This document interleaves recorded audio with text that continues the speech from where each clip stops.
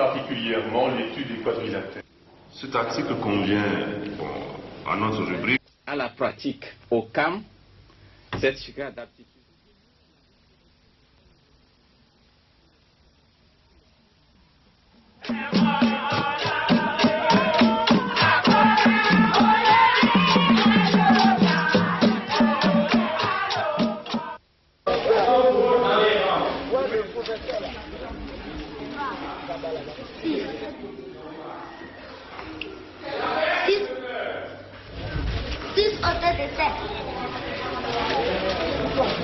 Il reste 35 bâtonnets divisé par 5. Assez bien, nous continuons. L'oncle de Kouassi rencontre souvent une chasse au lion qu'il a suivi autrefois. Cela s'est passé au Congo, dit-il. J'avais 20 ans alors. Assez bien, nous continuons. Attends, suivez. Nous étions 5 ou 6 accompagnateurs.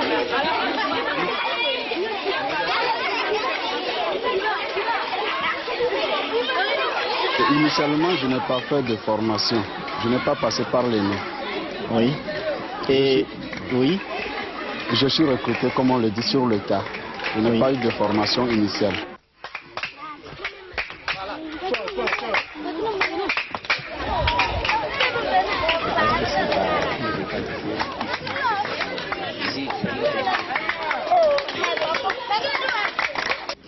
Est nécessaire après interrompre, compléter la phrase les enfants, le gâteau. Donc je prends le gâteau et je le mange. C'est ça.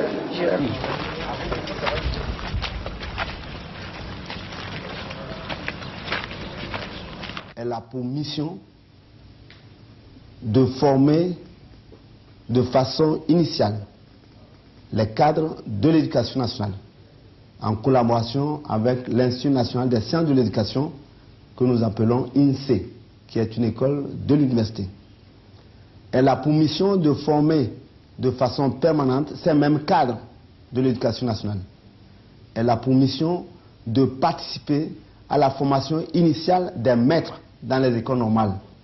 Le thème retenu était l'étude des polygones et plus particulièrement l'étude des quadrilatères. Alors nous avons demandé dans ce dossier, nous avons proposé des activités qui vont permettre aux enseignants de trouver les différentes propriétés des figures.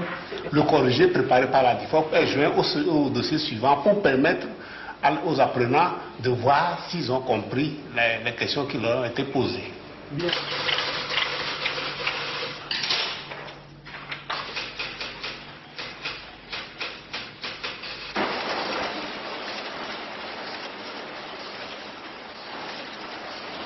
Les moniteurs de la catégorie 1 sont ceux qui sont vraiment les plus démunis.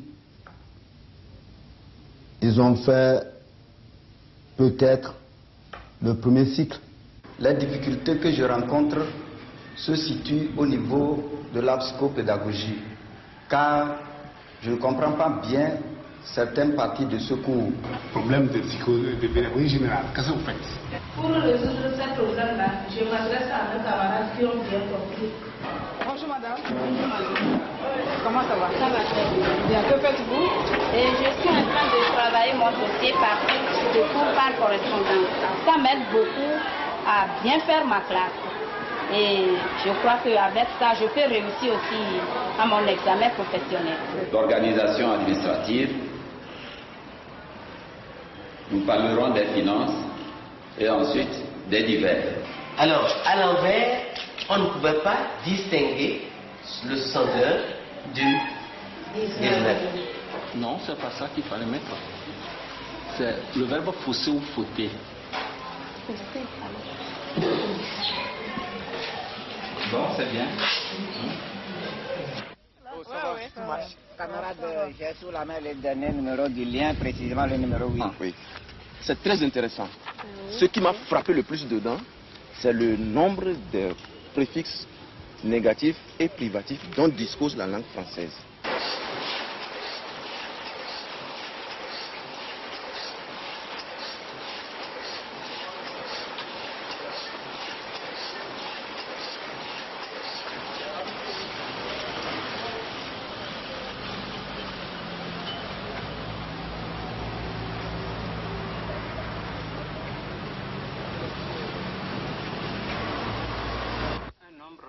importantes d'activités qui sont le vocabulaire, l'orthographe, la conjugaison, la grammaire, l'élocution, le langage, la construction de phrases, la copie, l'écriture, la lecture, la dictée, la récitation et la rédaction.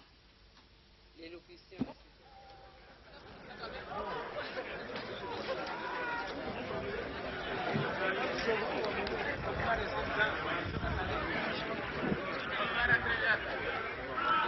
Effectivement, l'ENI se situe dans le cadre d'un vaste projet qui se fait à 3 niveaux. Au niveau de la DIFOP, qui se situe en amont de l'opération, donc qui forme les maîtres par le téléenseignement et par les émissions de radio éducatives et par l'action du journal Le Lien. Ensuite, nous prenons ces maîtres que la DIFOP a déjà formés par le téléenseignement en charge. Pendant 3 mois, nous leur donnons une formation théorique et pratique ici et nous les renvoyons sur le terrain dans les inspections où la DIFOP reprend son action de formation et qui est appuyée cette fois par les inspecteurs.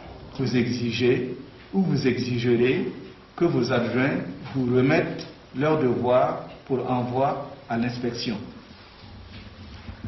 En plus de ce contrôle, la DIFOP vous demande de vous organiser à votre niveau pour encadrer concrètement et efficacement les apprenants. Vous devez organiser des séances périodiques d'apprentissage des cours par correspondance. Bien, bien. Très vite, très vite, très vite. Où est le sommet? Où est-ce que tu as écrit le sommet? Il faut bien faire la flèche. Il faut refaire la flèche. Hein? Il faut bien lire le centimètre.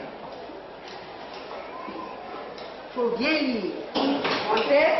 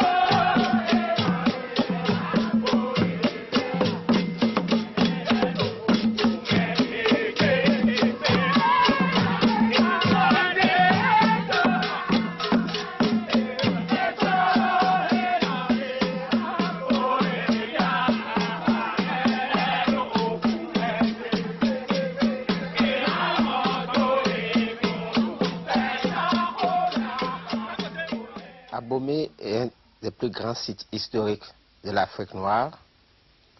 C'est un foyer culturel, ville créée par les Africains eux-mêmes, ville qui, à l'instar d'autres villes éloignées dans le temps, dans l'espace, a connu des fortifications et a été une ville-cité et qui s'est développée du 14e au début du XXe siècle, qui a été marquée par la dynastie des Rwigba-Davi jusqu'à la conquête du Dahomey par la France. Et toutes les activités des populations restent tournées vers le palais d'Abomey qui est le centre, le foyer incandescent de cette ville-là.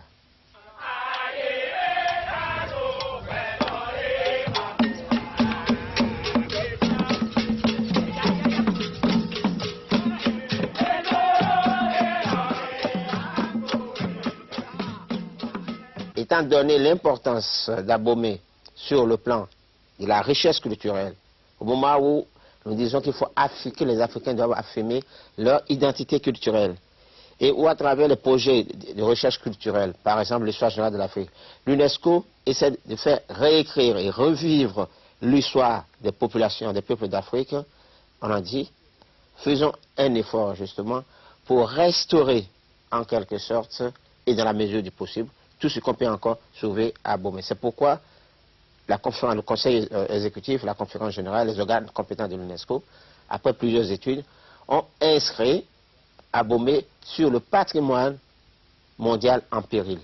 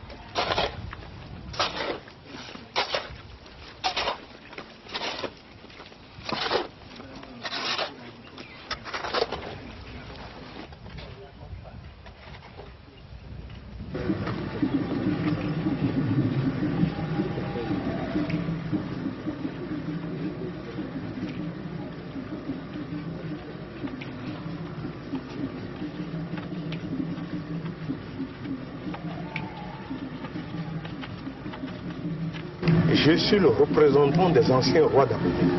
Ouais. Comment vous appelle-t-on, Monsieur le Président ou Monseigneur? Non, Monsieur le Président. Camarade Président.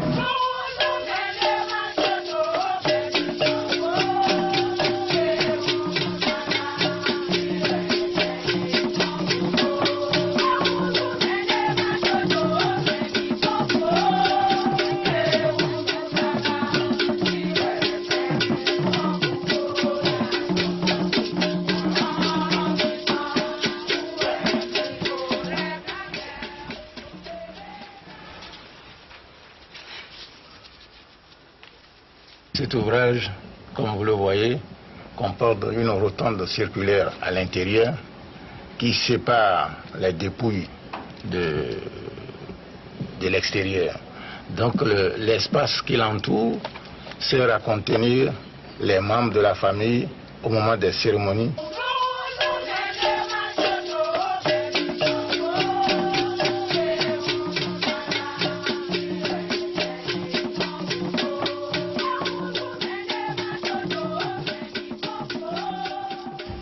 La première cérémonie, c'est la cérémonie de libation qui consiste à offrir des boissons à la mémoire du roi. Il y a la cérémonie de Gamevo où on sacrifie des bœufs, des moutons à la mémoire du roi Grelais.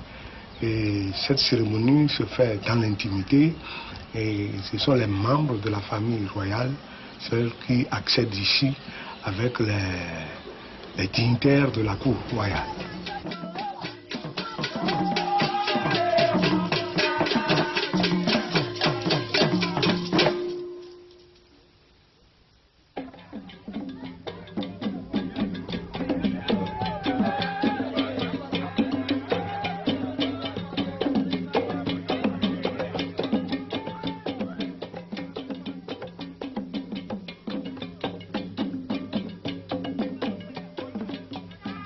le musée d'Abomey se doit et collabore avec le conseil d'administration de la famille royale d'Abomey sur plusieurs points. Premièrement, nous avons hérité leur patrimoine qui devient un patrimoine commun. Et deuxièmement, pour le moment encore, il y a des vieux parmi eux qui détiennent leur histoire. Et nous devons avoir le souci d'aller vers eux. Ce n'est pas une honte de demander à connaître l'histoire pour mieux se documenter. Et troisièmement, pour le moment, ce sont eux qui sont chargés, n'est-ce pas, de la conservation de la tradition. Et c'est très important.